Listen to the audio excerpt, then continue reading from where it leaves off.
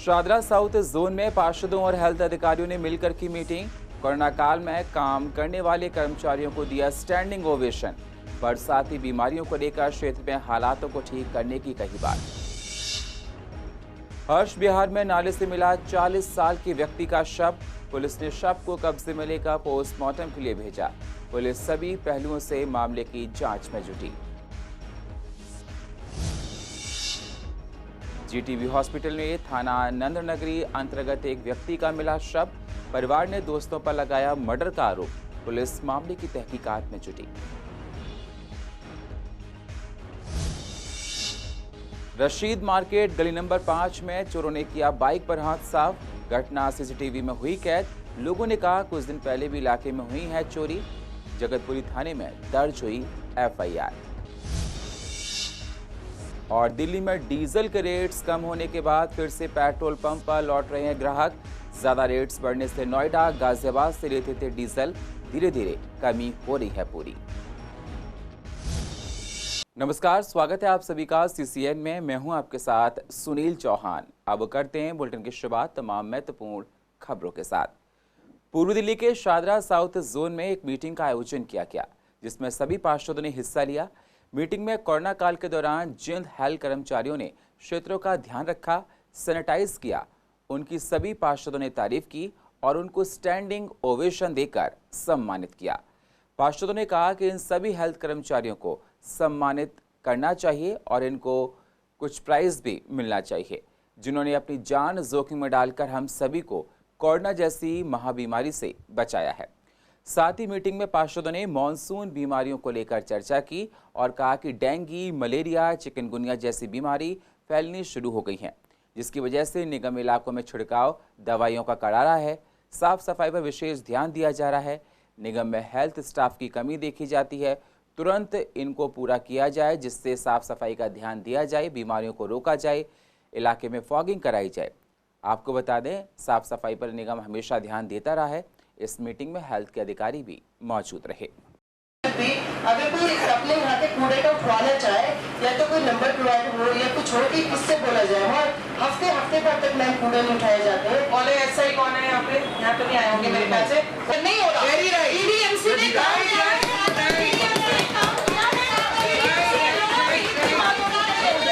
अगर आपने कुछ करना है तो अपनी सरकार से गुहार लगाइए, क्योंकि EDMC की मेंबर आप भी हैं। आप कहिए कि हमारे डीडीसी के लिए कोई फंड में हमारे लोगों के लिए स्पेशल ट्रीटमेंट है, तब हम मानेंगे कि आप इवन सैटरडे हो या संडे, मतलब पूरा किसी भी समय मैं इवन 6 बजे भी अपनी कंप्लेंट करी। जो आके हमारे मलेरिया इंस्पेक्टर है, उन्होंने पूरे अच्छे से काम किया। लेकिन मेरी, क्योंकि अब डेंगू और चिकनगुनिया का विषय है, तो मेरी 2-3 सजेशन है जो कि सभी वार्ड्स को भी करनी चाहिए। सबसे पहली बात तो ये कि जो जब एज ए डिप्टी मेयर था मैं, तो उस समय देखा गया कि सैनिटेशन विभाग में और मलेरिया विभाग में जो सैनिटेशन इंस्पेक्टर है, उसमें कोई कोऑर्डिनेशन नहीं था, जो कि मेरे वार्ड में 100% है। अनाउंसमेंट की, जैसे कि अभी हमारे रोमेश भाई कह रहे थे कि अनाउंसमेंट की माइक ही खराब है। मेरे वार्ड में मलेरिया विभाग का भी माइक चल रहा है और जो सैनिटेशन विभाग में मैंने स्वयं दिया हुआ है वो भी माइक चल रहा है, जिसमें मैं अनाउंसमेंट कराता हूँ। दोनों को मिलाकर, दोनों जो सैनिटेशन विभाग का जो गाइड है और मलेरिया विभाग का मिलकर सैनिटेशन अलग करता है अपनी गाइडेंस कि भाई कूड़ा ना फैलाएं, और प्लस अपनी छत पर पानी इकट्ठा ना होने दें, गमलों में पानी इकट्ठा ना होने दें, गड्ढों में पानी इकट्ठा हो तो हमें तुरंत बताएं। ये सारी व्यवस्था मिलकर करते हैं, जिससे कि ये फायदा हुआ। पिछले 3 सालों में कोई डेंगू का पेशेंट नहीं आया, कोई मलेरिया का पेशेंट नहीं आया, कोई चिकनगुनिया का पेशेंट नहीं आया। अगर जाके सैनिटाइज करने वाला काम है, बाकी के काम है, तो उन सभी को मैं बहुत अपना धन्यवाद करता हूँ। मैडम, एक तो स्टाफ की कमी है, जो मेरे यहाँ सिर्फ 3 लोग हैं, ये जो बीट चेकर हैं। इतना बड़ा वार्ड है, 1 लाख जनता का, काफ़ी बड़े क्षेत्रफल में है। तो अब जैसे जैसे बरसात का मौसम आ गया है और ये डेंगू, मलेरिया, चिकनगुनिया, ये सारी बीमारियाँ भी अब इस बीमारी के कोविड के साथ जुड़ जाएंगी, तो बहुत ही सावधानी, और अभी से हमें जितना जल्दी हम कदम उठा लेंगे उतना अच्छा रहेगा। तो जो कूलर की चेकिंग है, बाकी जो नालियों की दवाई वगैरह है,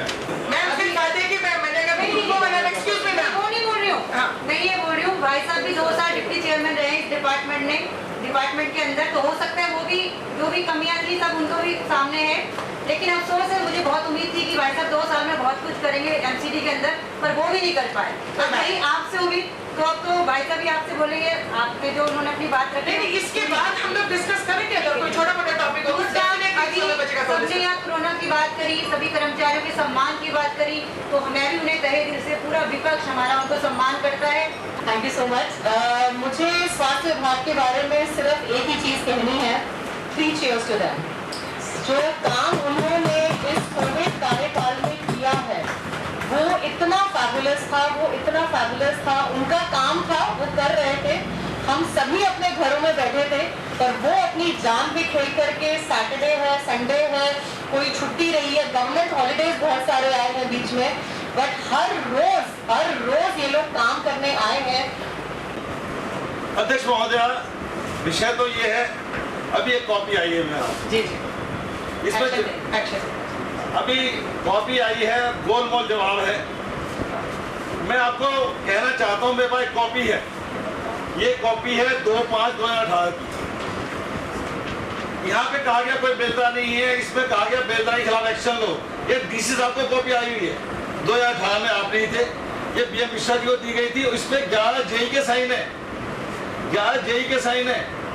उत्तर पूर्व दिल्ली के थाना हर्ष विहार इलाके में मंडोरी जेल के नजदीक एक व्यक्ति का शव मिलने से इलाके में हड़कंप मच गया, जिसके बाद हर्ष विहार थाना पुलिस को सूचना दी गई। मौके पर पुलिस के आला अधिकारी पहुंचे। पुलिस ने शव को बरामद कर जीटीबी अस्पताल की मॉर्चरी भेज दिया है। हालांकि अभी तक शव की पहचान नहीं हो पाई है। जानकारी के अनुसार तकरीबन सुबह 6 बजे पुलिस को सूचना मिली कि मंडोली जेल के पंप के पास एक व्यक्ति का शव नाले में पड़ा हुआ है, जिसके बाद मौके पर पुलिस पहुंची। घंटों पुलिस शव निकालने का इंतजार करती रही, जिसके बाद मौके पर एमसीडी के लोग पहुंचे और उनकी मदद से शव को बाहर निकाला गया। हालांकि अभी तक शव की पहचान नहीं हो पाई है। वहीं पुलिस ने शव को बरामद कर जीटीबी अस्पताल में भेज दिया है और पोस्टमार्टम के बाद शव परिजनों को सौंप दिया गया है। क्या नाम है आपका? भूप सिंह। भूप सिंह जी, बताइए यहाँ पर क्या हुआ है अभी? ये हादसे का तो पता नहीं है, हमें सुबह ड्यूटी पर आए हैं, 6:30 बजे ड्यूटी पर आ जाते हैं। हमें ये पुलिस वाले हमारे पास गए कि ये बॉडी निकाल ली है, और यहाँ पे बॉडी देखा तो ये देखा, ये पता नहीं है कब पड़े गिरे हैं, के बारे में कोई जानकारी नहीं मिली है, ना कोई सूचना है अभी इसकी। ये हर्ष विहार का है या कहाँ का, ये नहीं पता चला है अभी। किस जगह कॉल करी थी 100 नंबर पर, बोला कि नहीं, फिर हर्ष विहार थाने के लिए फ़ोन करा था। फिर क्या पुलिस ने क्या बोला? पुलिस ने फिर आई है, पुलिस फिर थोड़ी देर बाद पुलिस आई है, उसके बाद आगे मौका देगा फिर। पूर्व दिल्ली के हर्ष विहार में रहने वाले 30 साल के सुमित की हत्या से इलाके में सनसनी फैल गई है। युवक का शव ताहिरपुर चर्च से आगे रोड पर कल रात 9 बजे मिला। परिवार वालों का कहना है कि शाम 5 बजे दोस्तों का फोन आया था कि चलो पार्टी करते हैं। उसके बाद युवक का जो फोन है वो स्विच ऑफ हो जाता है, कोई पता नहीं होता है।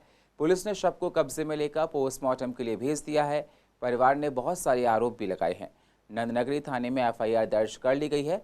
आपको बता दें, शव पर पीटने के निशान थे, शरीर पर ही लग रहा था किसी ने पीटा हो। फिलहाल पुलिस ने शव का पोस्टमार्टम कराकर परिवार वालों को सौंप दिया है और आगे की जांच में जुट गई है।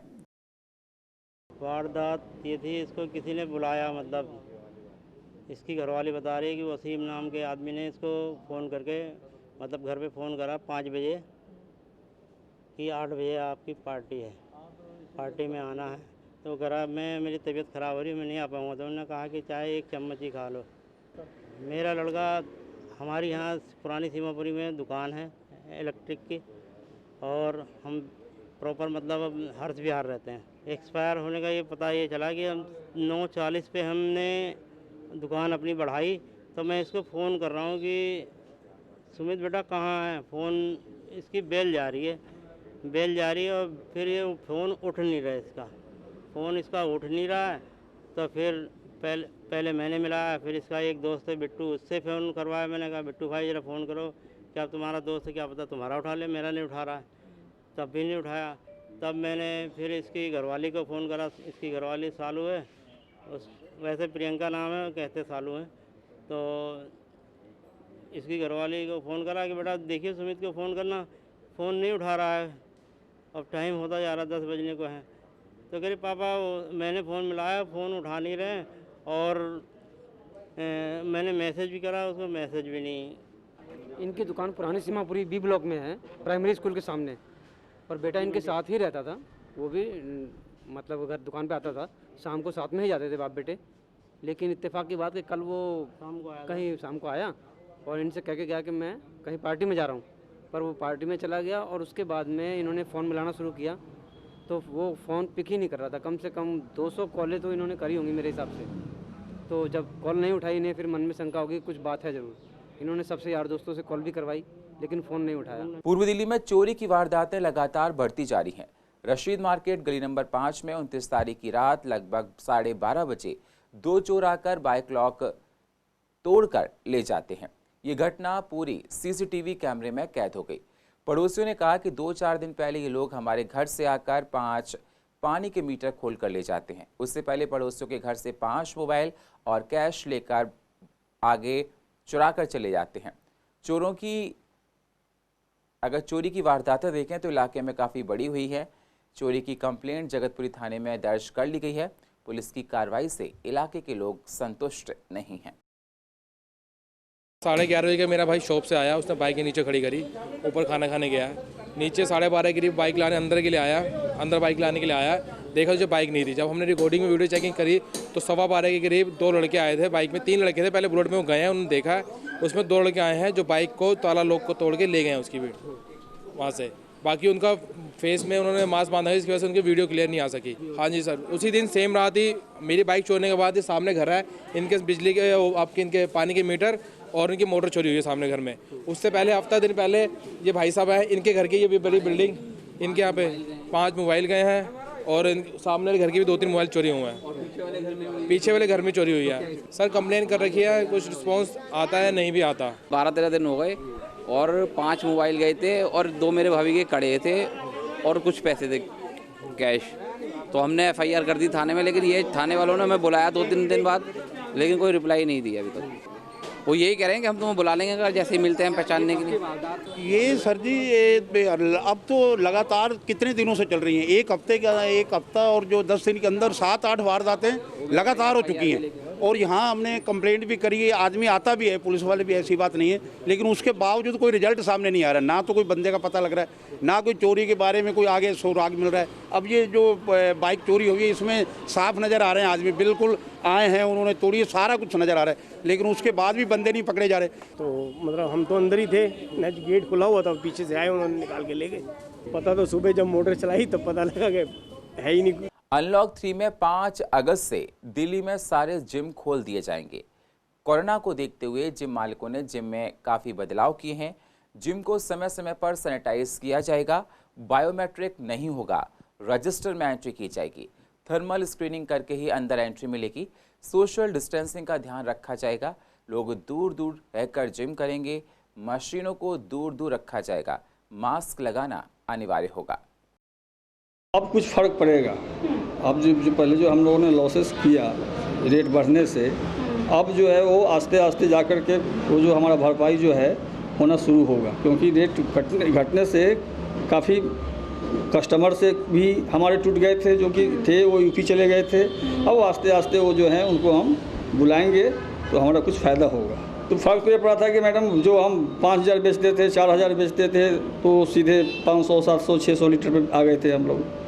2,500, 3,000 लीटर का हमारा फॉल। सबसे ज़्यादा दिक्कत तो बॉर्डर वाले पंपों की है, जहाँ उन लोग 50,000, 40,000 लीटर बेचते थे, आज उनके सेल 10,000, 8,000, 10,000, 12,000 सेल है, 30,000 का लॉस है। हाँ, तो अब जाकर के रिकवरी होगा। वो जब रेट ज़्यादा थे तो सेल नहीं थी पंप की, अभी तो ठीक है, रेट घटे हैं तो अच्छा है, सेल भी है अपने पास। जो कस्टमर टूटे थे वो आने शुरू हुए हैं क्या? हाँ, रेगुलर जो कस्टमर थे वो आना दोबारा चालू हो गए। कोई इसके बारे में तो नहीं कह सकते, पर अपना तो हमारे ताकि सेल ही कम थी हमारी, क्योंकि रेट ऊपर थे हमारे यहाँ के और यूपी के सस्ते हैं, तो उस चक्कर में फिर जहाँ बेनिफिट होगा आदमी को उधर ही जाएगा। मुख्यमंत्री अरविंद केजरीवाल ने कैबिनेट मीटिंग करने के बाद दिल्ली में डीजल के दाम में 8 रुपये 36 पैसे कम कर दिए। दिल्ली में अब डीजल पर अब सिर्फ 16% वैट है, जिसके बाद से दिल्ली के पेट्रोल पंप पर ग्राहक फिर से लौटने शुरू हो गए हैं। ऐसा दिखाई दे रहा है, दिल्ली में महंगे होते देख डीजल को लोग नोएडा से डीजल लिया करते थे या फिर गाजियाबाद से, अब धीरे धीरे फिर से वो लोग दिल्ली के पेट्रोल पंप से डीजल ले रहे हैं। पेट्रोल पंप मालिक ग्राहकों को फ़ोन करके बुला रहे हैं धीरे धीरे अब पहले जैसे ग्राहक ज़्यादा आ रहे हैं। अब कुछ फ़र्क पड़ेगा। अब जो पहले जो हम लोगों ने लॉसेस किया रेट बढ़ने से, अब जो है वो आस्ते आस्ते जा कर के वो जो हमारा भरपाई जो है होना शुरू होगा, क्योंकि रेट घटने से काफ़ी कस्टमर से भी हमारे टूट गए थे, जो कि थे वो यूपी चले गए थे। अब आस्ते आस्ते वो जो हैं उनको हम बुलाएंगे तो हमारा कुछ फ़ायदा होगा। तो फ़र्क तो ये पड़ा था कि मैडम जो हम 5000 बेचते थे, 4000 बेचते थे, तो सीधे 500, 700, 600 लीटर पे आ गए थे हम लोग। 2500, 3000 लीटर का हमारा फॉल। सबसे ज़्यादा दिक्कत तो बॉर्डर वाले पंपों की है, जहाँ उन लोग 50,000, 40,000 लीटर बेचते थे, आज उनके सेल 10,000, 8,000, 10,000, 12,000 सेल है, 30,000 का लॉस है। हाँ, तो अब जाकर के रिकवरी होगा। वो जब रेट ज़्यादा थे तो सेल नहीं थी पंप की, अभी तो ठीक है, रेट घटे हैं तो अच्छा है, सेल भी है अपने पास। जो कस्टमर टूटे थे वो आने शुरू हुए हैं क्या? हाँ, रेगुलर जो कस्टमर थे वो आना दोबारा चालू हो गए। कोई इसके बारे में तो नहीं कह सकते, पर अपना तो हमारे ताकि सेल ही कम थी हमारी, क्योंकि रेट ऊपर थे हमारे यहाँ के और यूपी के सस्ते हैं, तो उस चक्कर में फिर जहाँ बेनिफिट होगा आदमी को उधर ही जाएगा। पूर्व दिल्ली के झिल मिल में हाउस टैक्स को लेकर एक कैंप लगाया गया, जिसमें आकर काफ़ी लोगों ने हाउस टैक्स जमा किया है। कई करोड़ों रुपए हाउस टैक्स जमा किया गया। इस कैंप में पूर्व डिप्टी मेयर संजय गोयल भी मौजूद रहे। हाउस टैक्स भरने की तारीख 31 जुलाई लास्ट बताई जा रही है। देखिए, ये कैंप लास्ट मंथ भी हमने लगवाए थे, लगभग 4 कैंप हमारे लगे थे, अलग अलग एरियाज़ में लगवाए थे। और आज उसी क्रम में चेक तो हम लगातार अपने यहाँ ऑफिस में पब्लिक की हेल्प के लिए यहाँ काउंटर हमने बनाया हुआ था। लोगों से कहते थे कि फॉर्म लीजिए, चेक यहाँ सबमिट कर दीजिए हमारे यहाँ, हम रसीद आपको नेक्स्ट डे दे देंगे। लेकिन कुछ लोग का रहता था कि भाई फॉर्म भरना नहीं आता है, या कोई पेंडिंग है 2004 से, जिन पर इंटरेस्ट और पेनल्टी का रहता था, तो उनके लिए आज एक विशेष कैंप लगवाया है, जहाँ पर आज जो है अभी तक लगभग 25 लाख रुपए का अमाउंट आ चुका है और लगभग 125 से ज़्यादा की संख्या में यहाँ पर लोगों ने इस कैंप का लाभ उठाया है। क्योंकि 31 जुलाई लास्ट डेट है 2004 से लेके जो है, क्योंकि बहुत सारे लोग ऐसे हैं जिन्होंने अभी तक टैक्स ही जमा नहीं करा अभी तक, तो उनके लिए बहुत एक सुनहरा अवसर है जिसमें इंटरेस्ट और पेनल्टी दोनों ही माफ़ हैं। तो यहाँ एक विशेष कैंप लगाया और 31 जुलाई तक है। और फिर भी आपके माध्यम से किसी को भी टैक्स यहाँ जमा कराना है तो हमारे वार्ड में तो हम हमेशा ऑफिस हमारा खुला रहता है, 10 से 1 हम एक्सेप्ट करते हैं चेक और आपके नेक्स्ट डे हम उसकी रसीद देते हैं। एक अच्छा अभियान इस बार हमने चलाया और लगभग अभी मेरी बात हो रही थी इंस्पेक्टर से, तो एग्जैक्ट अमाउंट तो नहीं है, लेकिन इस पिछले 2 महीने के अंदर अंदर 2 करोड़ से ज़्यादा का अमाउंट इस वार्ड से कलेक्ट हो चुका है। दिल्ली में हुई हिंसा के मामलों को लेकर सुप्रीम कोर्ट और हाई कोर्ट में वकीलों का पैनल नियुक्त किया जाना है। इस मुद्दे पर एक बार फिर दिल्ली की अरविंद केजरीवाल सरकार और उपराज्यपाल आमने सामने नजर आ रहे हैं। केजरीवाल कैबिनेट ने उपराज्यपाल के सुझाव को खारिज करते हुए दिल्ली पुलिस की ओर से बनाए गए वकीलों के पैनल को मंजूरी देने से इनकार कर दिया।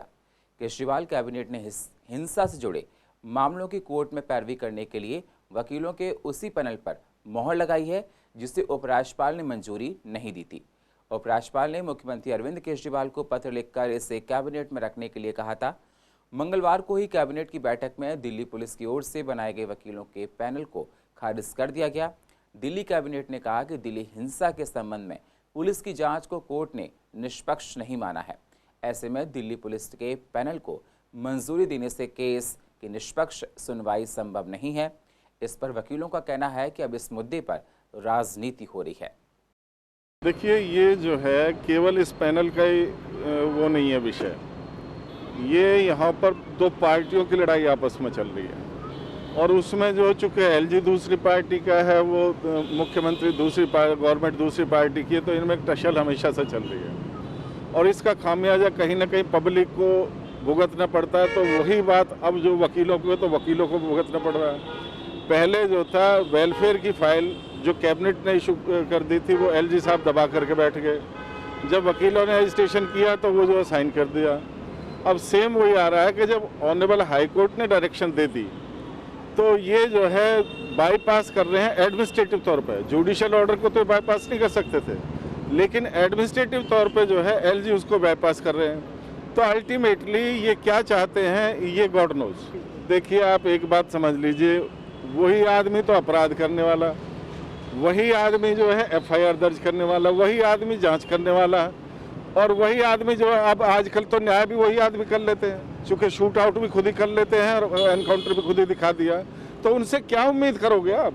वो तो एक तरफा बायस्ड इंक्वायरी होगी, इसको जो कोई निष्पक्ष नहीं हो सकता। मंगलवार को दिल्ली कैबिनेट की मीटिंग हुई थी जिसमें ये फैसला लिया गया था कि जो दिल्ली सरकार का पैनल है उसको नियुक्त किया जाएगा दंगों की जांच के लिए, परंतु एलजी साहब ने अनिल बैजल साहब ने अपने विशेषाधिकार का उपयोग करते हुए संविधान के अनुच्छेदों का हवाला देते हुए दिल्ली सरकार के पैनल को खारिज कर दिया है और दिल्ली सरकार द्वारा बनाए गए पैनल को नियुक्ति दे दी है और दिल्ली के गृह राज्य मंत्रालय को यह आदेश दिया है कि तुरंत इसको लागू कर। बिल्कुल, अब जो पैनल है वो एलजी साहब का ही रहेगा और अब उसको चेंज नहीं किया जा सकता क्योंकि उसमें संविधान के अनुच्छेदों का हवाला देकर उसको लागू किया गया है। अब दिल्ली सरकार बाध्य है उसे मानने के लिए। एलजी साहब ने अपने पैनल को नियुक्त करने के साथ साथ ये भी डायरेक्शन दिया है कि इन दंगों की जो भी पैरवी होगी, जो भी कार्रवाई होगी, उसकी निष्पक्ष और ईमानदारी से जांच और उसका निष्पक्ष और ईमानदारी से मुकदमों को। कोरोना काल में लोगों की सहायता करने के लिए बहुत सी संस्थाएं लगातार आगे आ रही हैं।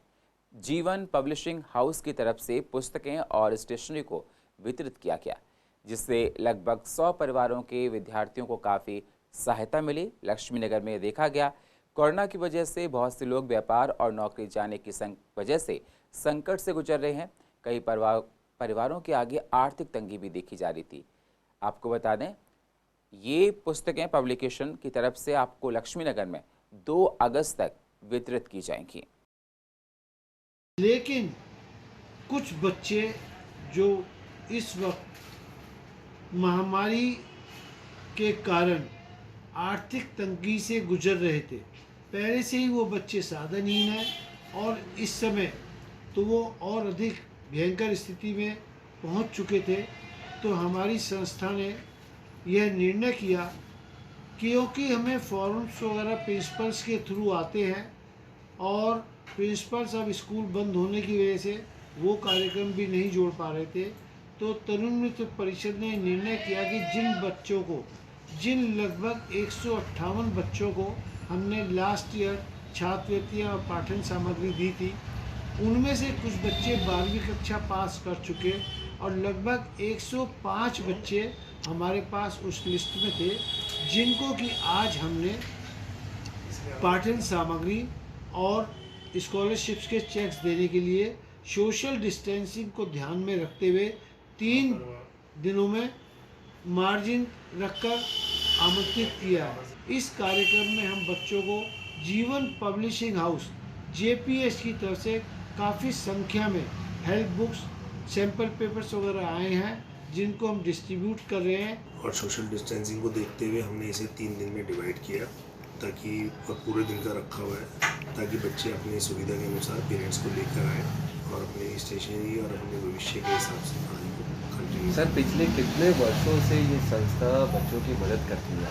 सर 1975 से रजिस्टर्ड संस्था है और रेगुलर करीबन 45 साल से रेगुलर कंटिन्यूशन में मदद करते चले।